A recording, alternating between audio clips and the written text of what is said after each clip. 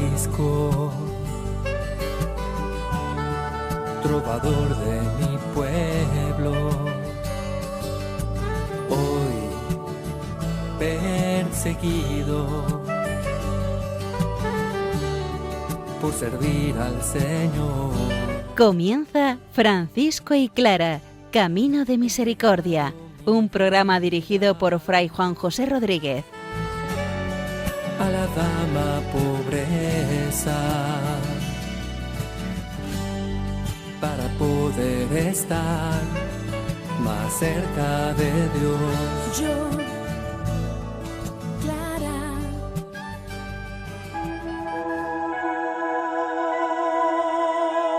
El Señor no envió a su Hijo al mundo para condenar al mundo, sino para que el mundo se salve por él.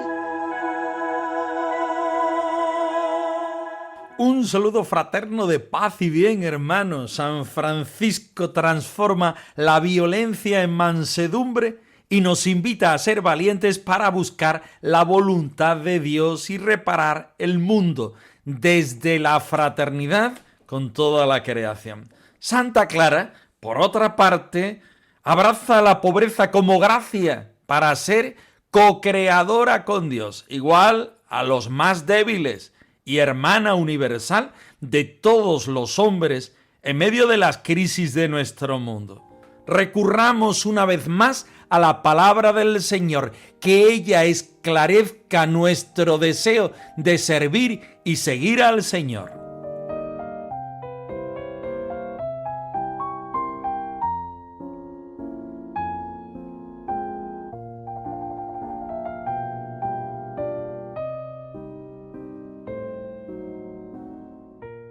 Del Evangelio según San Juan. Dios no envió a su Hijo al mundo para juzgar al mundo, sino para que el mundo se salve por él. El que cree en él no será juzgado.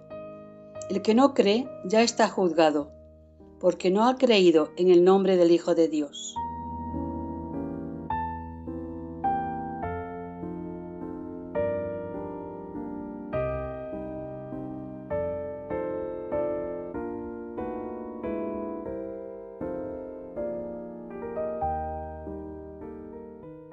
Nos vamos en esta ocasión al Evangelio de San Juan, del capítulo 3, versículos 17 al 18, donde se nos abre una ventana directa al misterio más profundo de Dios. Porque a menudo el ser humano, herido por la culpa o por el miedo, imagina a Dios como un juez distante y severo, presto a señalar la falta. Sin embargo, el evangelista San Juan en estos versículos nos muestra cómo la misión esencial de Jesucristo no es la condena, sino la salvación. Dios entra en nuestra historia no con las manos llenas de rayos ni de sentencias, sino con los brazos abiertos en la cruz. La encarnación del Hijo es la prueba definitiva de que la mirada de Dios sobre la creación es una mirada de misericordia, de rescate y de deseo ardiente de sanar lo que estaba perdido.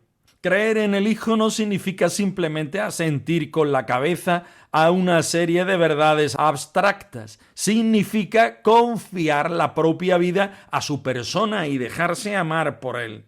Quien cree en Jesús experimenta una liberación inmediata. El que cree en Él no es juzgado.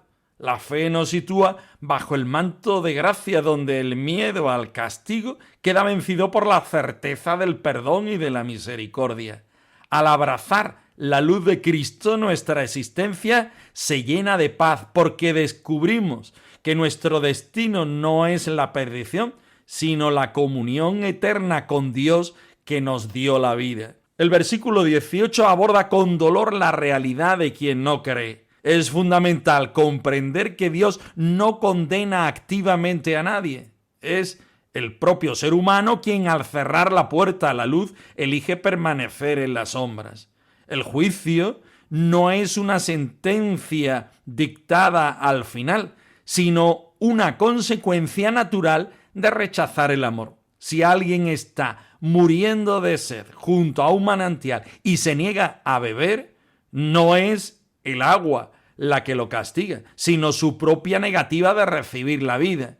La incredulidad, en definitiva, es el triste encierro de la criatura que prefiere sus propias tinieblas a la claridad redentora del Hijo de Dios. Texto totalmente interesado por nuestra parte, porque San Francisco nos invita a contemplar la piedad como ejemplo del plan salvador. La copiosa dulzura y piedad con la que Dios adornó a San Francisco no es otra cosa que el reflejo de la misión de Cristo. Así como el Hijo no vino a condenar al mundo, sino a salvarlo, Francisco no va por el mundo señalando ni destruyendo, sino amasando a las fieras y llevando la paz. Por otra parte, el texto de San Buenaventura nos advertía sobre la gravedad de la impiedad humana y el severo castigo que le corresponde. Esto concuerda perfectamente con la enseñanza del evangelista San Juan. Hasta aquí vamos a parar. Escuchamos una canción que nos ayude a meternos en el sentido de este texto.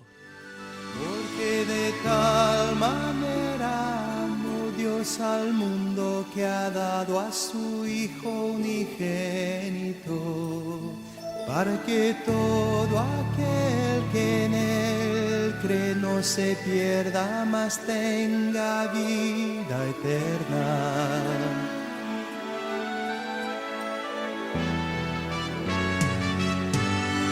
Porque de tal manera amó Dios al mundo que ha dado a su Hijo unigénito, para que todo aquel que en él cree no se pierda, mas tenga vida eterna.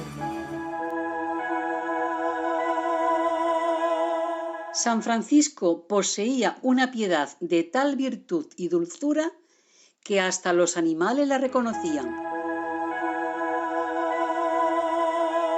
Tercera parte del punto 6, capítulo 8 de la leyenda mayor de San Buenaventura, referida, como no cabe de otra manera, a pensar a nuestro Padre San Francisco. Está hablando de la piedad, del amor que le suponía los animales más indefensos, particularmente los corderillos, porque los relacionaba con el mismo Señor Jesucristo y con la situación de pobreza.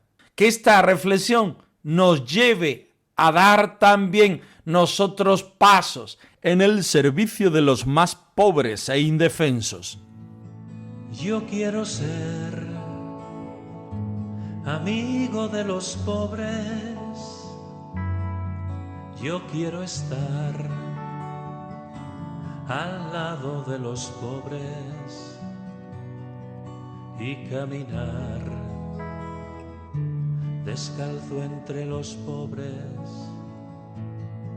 Quiero escuchar el grito de los pobres. Quiero cambiar el mundo con los pobres. Quiero seguir a Cristo entre los pobres.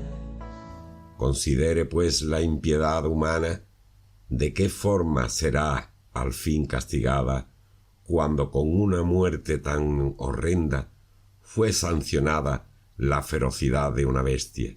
Reflexionen también los fieles devotos con qué admirable virtud y copiosa dulzura estuvo adornada la piedad del siervo de Dios, que mereció incluso que los animales la reconocieran a su modo. Yo quiero ser amigo de los pobres, yo quiero estar al lado de los pobres y caminar descalzo entre los pobres. Quiero escuchar el grito de los pobres, quiero cambiar el mundo con los pobres, quiero seguir a Cristo entre los pobres.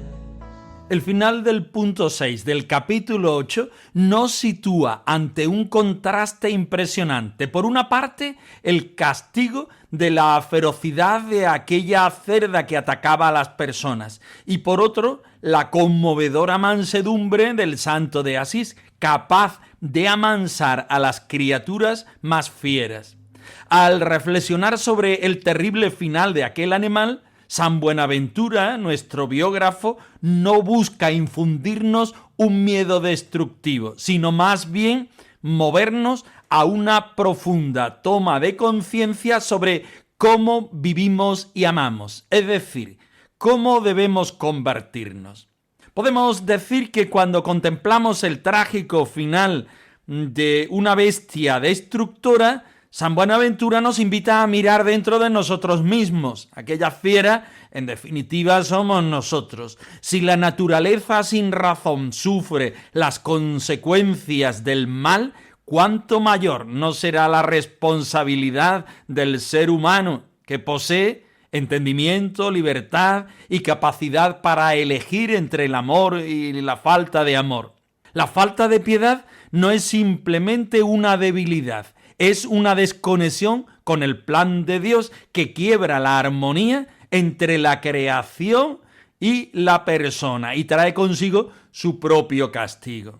Las fieras que albergamos en nuestro interior es el tema segundo que sale reflejado aquí. A lo largo del capítulo 8 vemos cómo Francisco se encuentra con seres realmente feroces, pero la enseñanza va mucho más allá del reino animal, porque muchas veces la violencia, la envidia, el rencor, en definitiva, los pecados capitales, las fieras, entre comillas, de nuestro corazón, hacen que vayamos a la agresividad y al egoísmo y que terminemos destruyendo la convivencia y dañándonos los unos a los otros. La piedad no es una norma externa, no, sino la medicina que transforma nuestra ferocidad en mansedumbre. La consideración de la justicia divina no busca nunca, y menos en este capítulo, paralizarnos, sino todo lo contrario, despertar nuestra alma. Nos recuerda que cada pensamiento, cada palabra, cada omisión tiene un peso real ante Dios. Al ver las consecuencias que el mal produce en el mundo y en la naturaleza, el cristiano siente el impulso de convertirse a Dios con humilde arrepentimiento, pidiendo un corazón de carne que reemplace todo endurecimiento o soberbia. Paramos aquí y reflexionamos con esta canción titulada La piedad de Francisco, que nos haga meditar sobre nuestra conversión al ser conscientes de nuestra ferocidad interna y externa. La impiedad pasa de largo como piedra sobre el río,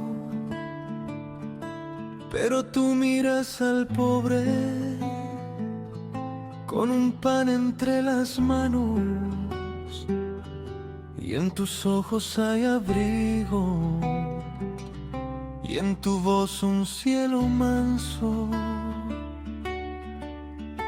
Francisco, hermano del barro, tú no miras de arriba abajo, bajas lento hasta la herida, pones el pecho en el abrazo. Piedad de Francisco, piedad de Francisco, tu ternura salva el frío. Piedad de Francisco, piedad de Francisco, y hasta el miedo se hace niño cuando das tu corazón.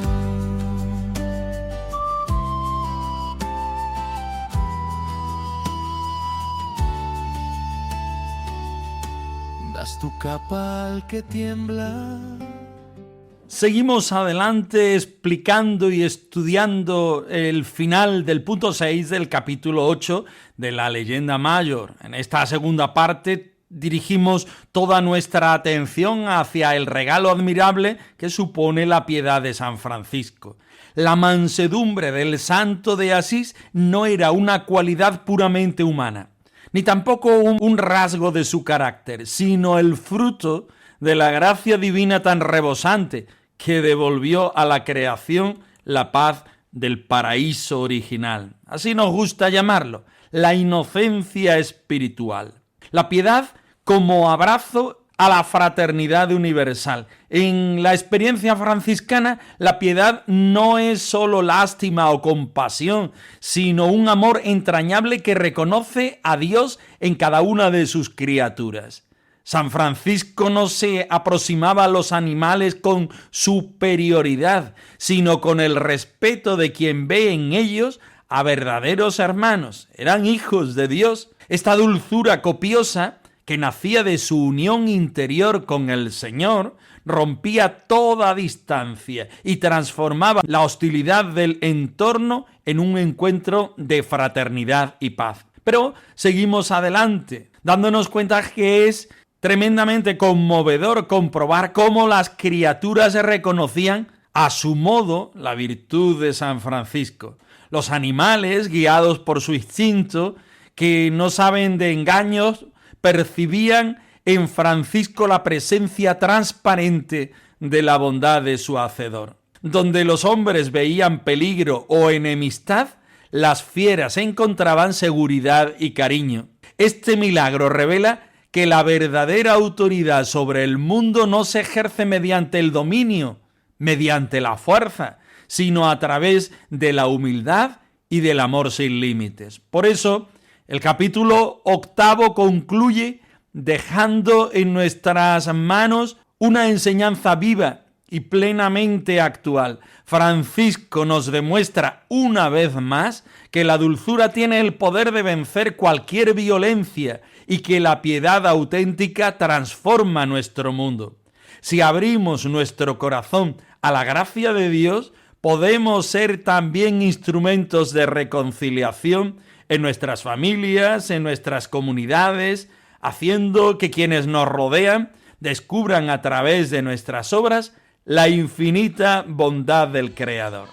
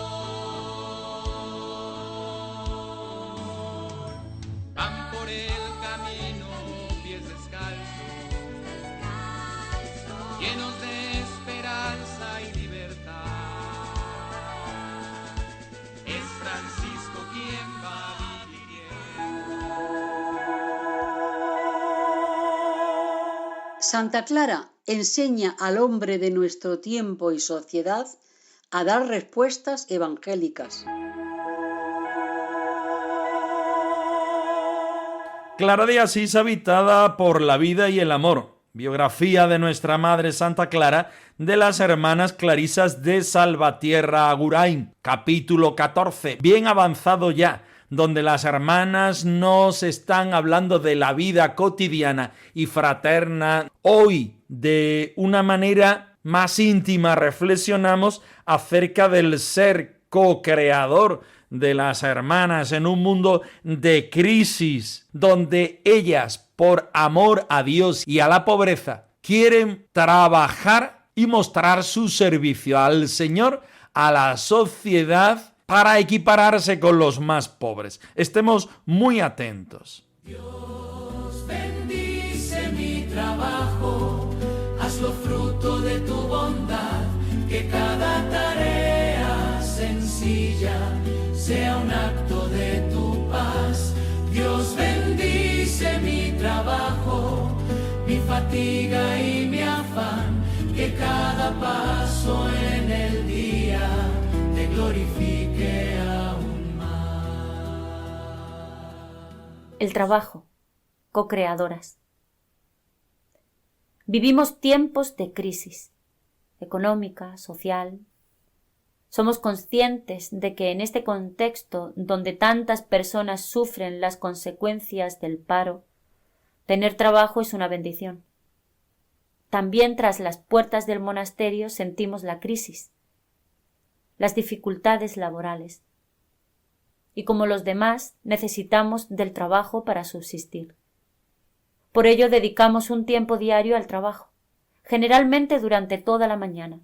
Repostería, confección. Dios bendice mi trabajo, hazlo fruto de tu bondad, que cada tarea sencilla sea un acto de tu paz.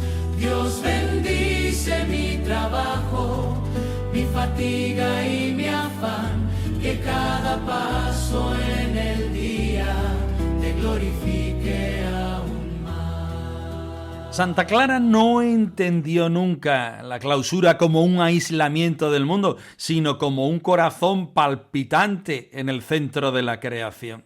Siguiendo las huellas de Jesucristo y de San Francisco, Clara convierte el humilde monasterio de San Damián en un taller de fe, donde la oración y el trabajo manual se entretejían en una misma ofrenda de amor. En su regla, nuestra Madre Santa Clara habla del trabajo no como un castigo o como una carga pesada, sino como una gracia recibida del Señor. Al emplear sus manos en la confección de corporales, en la costura o en las labores de la huerta, las hermanas se unen a la acción creadora de Dios.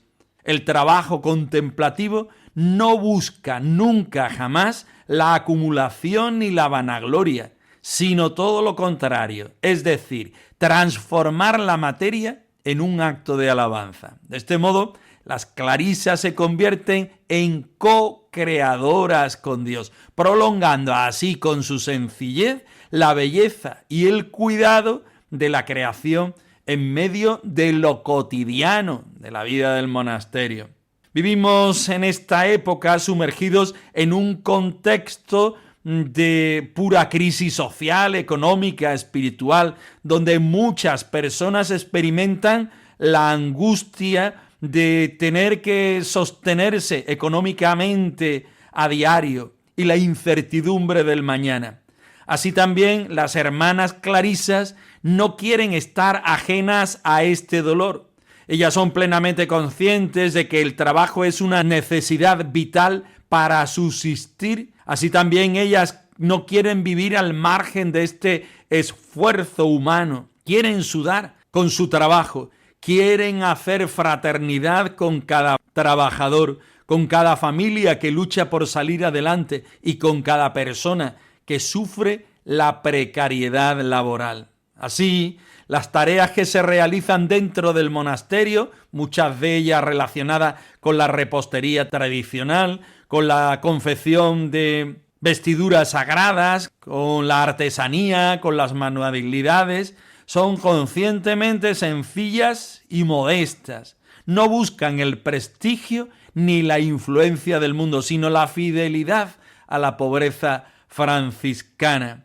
En esta simplicidad, las hermanas encuentran un espacio de silencio para que cada realidad que ellas producen sea una oración secreta por el mundo, convirtiéndose así el trabajo modesto en un canal de bendición y providencia. La labor diaria de las clarisas no solo sostiene materialmente la fraternidad, sino que moldea profundamente su alma, fortaleciendo los lazos que las unen con Dios, con la Iglesia y sobre todo con los más desfavorecidos. Una vez más damos gracias a Santa Clara y a sus hijas las clarisas por darnos este testimonio y esta predicación desde el ejemplo de sus vidas.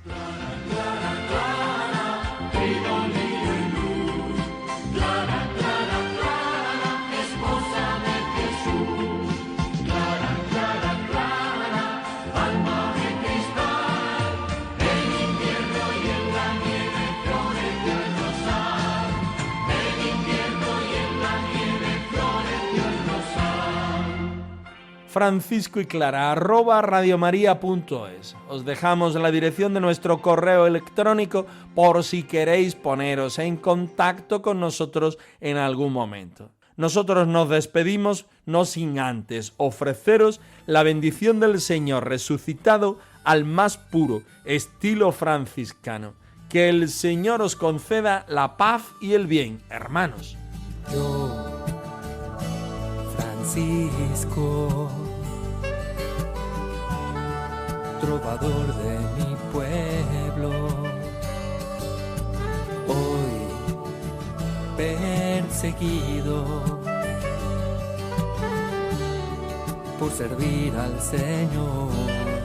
Han escuchado en Radio María Francisco y Clara, Camino de Misericordia, un programa dirigido por Fray Juan José Rodríguez.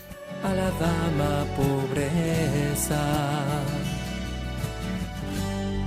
para poder estar más cerca de Dios. Yo